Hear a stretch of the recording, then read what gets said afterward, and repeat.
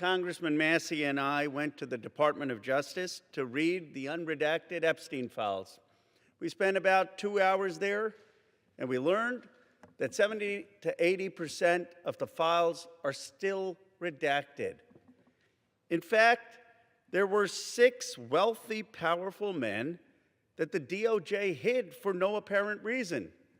When Congressman Massey and I pointed this out to the Department of Justice, they acknowledged their mistake, and now they have revealed the identity of these 6 powerful men. These men are Salvatore Navora, Zorab Mikoladze, Leopig Leonor, Nicola Caputa, Sultan Ahmed bin Sulayem, CEO of Dubai Ports World, and billionaire businessman Leslie Wexner, who was labeled as a co-conspirator by the FBI. Now, my question is, why did it take Thomas Massey and me going to the Justice Department to get these 6 men's identities to become public? And if we found 6 men that they were hiding in 2 hours, imagine how many men they are covering up for in those 3 million files. But the story gets worse.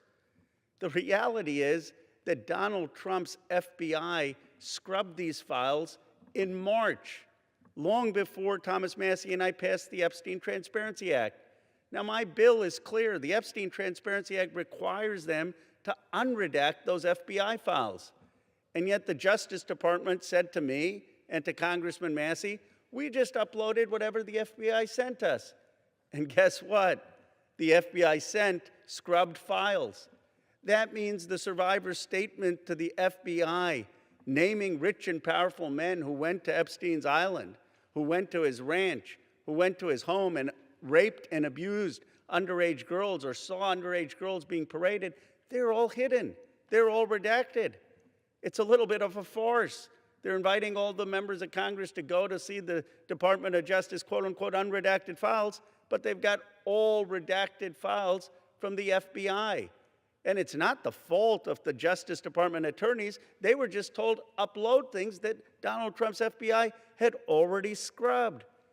It's a blatant violation of the Epstein Transparency Act, but it also asks a fundamental question. Who are they protecting? Why are they protecting these rich and powerful men, people I call part of the Epstein class? Why are we in a country where there is no elite accountability for people who do the most heinous things? You have in England the king now calling for an investigation and possible prosecution of his own brother. You have in Norway the princess who no longer has support to be the queen. And yet in the United States of America, we have someone in the cabinet, Howard Lutnick, who is all over these Epstein files, who allegedly had business with Epstein after he was convicted of pedophilia, and he still is in the cabinet. We need to ask ourselves, are we in America going to have elite accountability?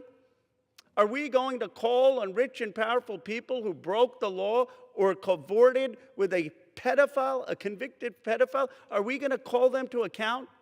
Are we going to have prosecutions for billionaires who went to this island and either raped underage girls or saw underage girls being raped and didn't say anything? Are we going to have investigations?